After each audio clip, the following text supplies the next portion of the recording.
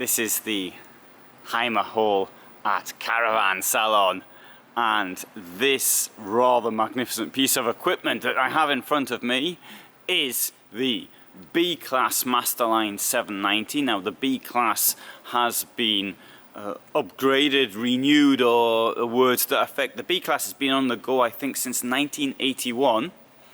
And so this new look for it was introduced in 2019. This one here is going to cost 130,500 euros. Starts off at around 105,000, and so this has got this extra equipment. So it's had an engine upgrade, you can see there, and oh no, sorry, it's got a special packet there which is costing all that money, and we've got all the things there which have been added to it. So anyway, I won't read them all out. It's 8 meters long, and I'll take you inside, and I want to sit down on the passenger seat and give you the rest of the details. Oh, I do think you get a good view of a van from sitting here. This is where I tend to spend a lot of time in my own van. If I'm reading a book, for example, I'll sit in this position in the passenger seat, and if I'm sitting in front of my computer, I sit over there. Obvious reason, obviously the table's newer. So, other details of it: it's 235 centimeters wide and 296 high. Internal standing height is 192. Now this one here's got these leather seats, particularly nice. It has special chassis which puts everything towards the lower part of everything related to the infrastructures and built into the chassis. Now the chassis is built by Alco, introduced 2017.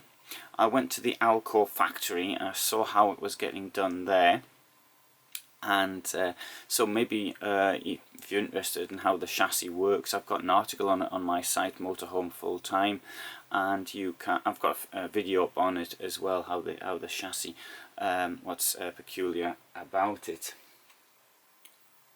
Shall we have a look around the van? Anyway, one of the things about the chassis, of course, is that it gives a lot more room in the floor. So you've got the benefits of insulation as well as storage. And for example, you've got the batteries are built into the the underfloor storage down here. Right. Let's have a look at what else is here. Okay, this one's got this bed up there. Oh, I'll show you if I can actually stand under it. I can't. Okay. Oh, you can see here. You can see me. You can see that. So you can see, right. So you're going to hit your head on the bed if you have the extra bed there.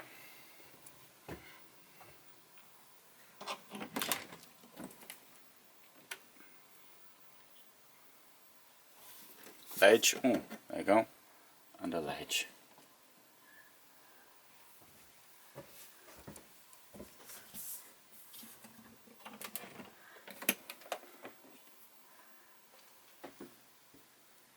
Now, for those of you who cook, I think you will appreciate the way that the cooker is there set out in a row.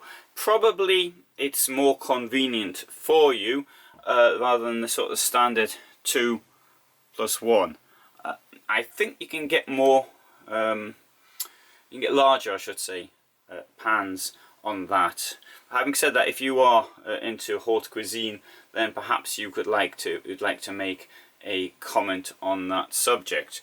You've got a bit of preparation space there.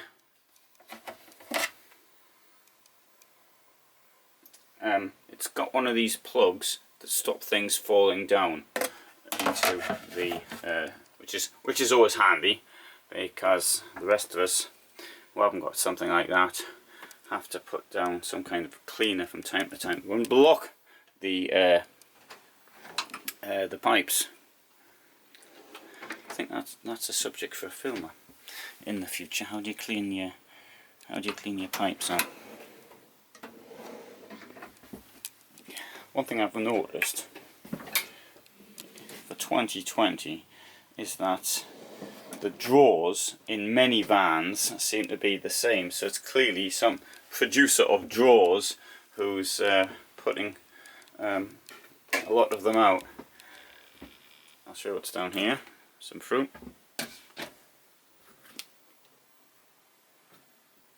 There's your television.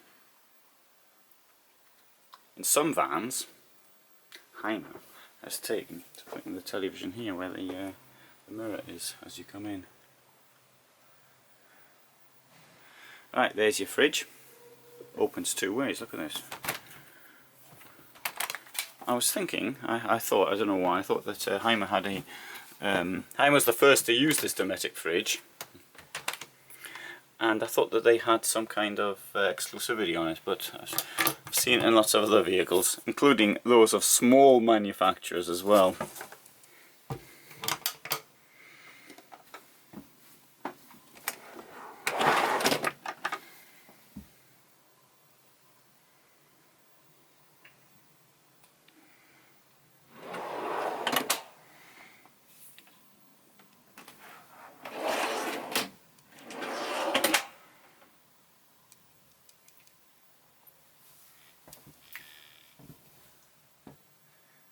Alright, the queen bed at the back, outstanding.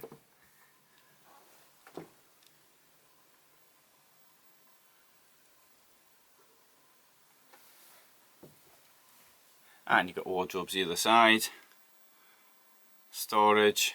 There's also at the back you've got these little cubby holes which go behind the wardrobe, and you can charge your phone up there or something. It's got a USB point.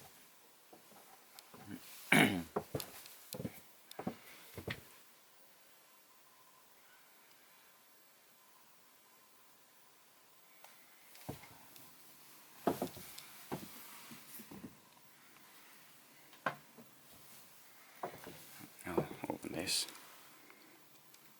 As you can see, I got in early today, which allows me to actually do some filming before people get in. And you can see other films I've done from here. You've got people walking around all over the place. I mean, it's a great fair to come to. I mean, there's a great atmosphere on the campsite. If you like that type of thing, of course. And I think if you're into motorhomes, you do like a bit of an atmosphere on the campsite. Although it's very difficult to get on, well, not very difficult, but it depends. If you come in the weekend, you've really got to book early. So this fair is now, it's now the 4th of September. And so I hope we're going to continue this. It's the last weekend of August and the first week of September. It was, in the past, it was a week earlier. So I hope they will continue with this time slot. But what it means is you do have to book very early if you're thinking of coming here to Dusseldorf. You have to book in July. So I mean, I tried to book in June, in fact, but the system wasn't yet working. But they said they apologised and said it should be. So if you want to get on with somebody last night, and there's somebody I know just turned up without a reservation. I couldn't believe it.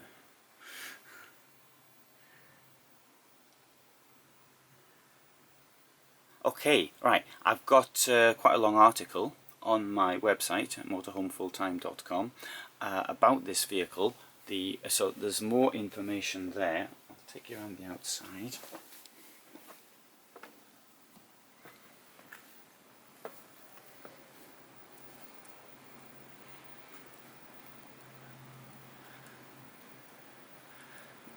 The garage can take 350 kilos of weight. Oh, I can tell you the bed can go up and down, so it's height adjustable.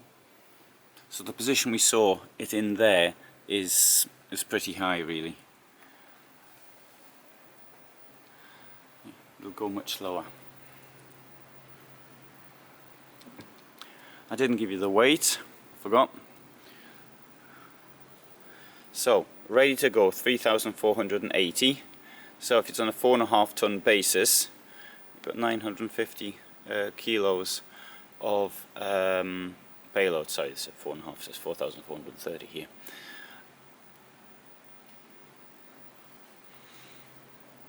Now that's ready to go, so it includes a bit of water, fuel and the driver. I think they had about 200 kilos on, something like that. If you're thinking of travelling in it by yourself, not taking any water with you, fill up at the campsite and not taking much stuff, well then you might get away with 3.5 kilos, 3.5 tons, but I wouldn't recommend it.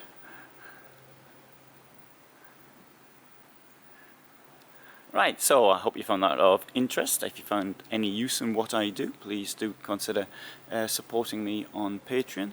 There's a link which is about to appear.